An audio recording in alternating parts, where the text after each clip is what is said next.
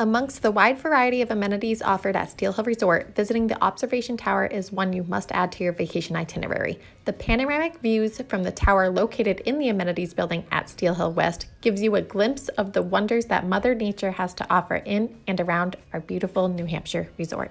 We have recently completed a number of major repairs to our observation tower, including residing the entire tower as well as the curtain walls of the amenities building, adding air conditioner on the top floor, replacing all of the windows, switching to energy-efficient insulation, and creating 3 unique panoramic photos labeling many of our popular surrounding mountain peaks.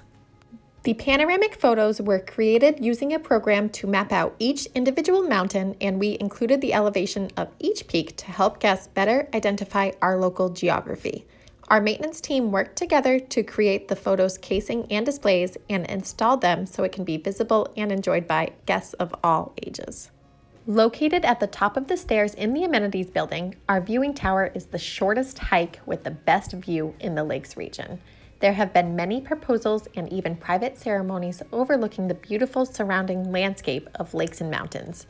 Our observation tower always offers spectacular views and unforgettable memories throughout all 4 seasons. Be sure to check it out on your next visit to Steele Hill Resort.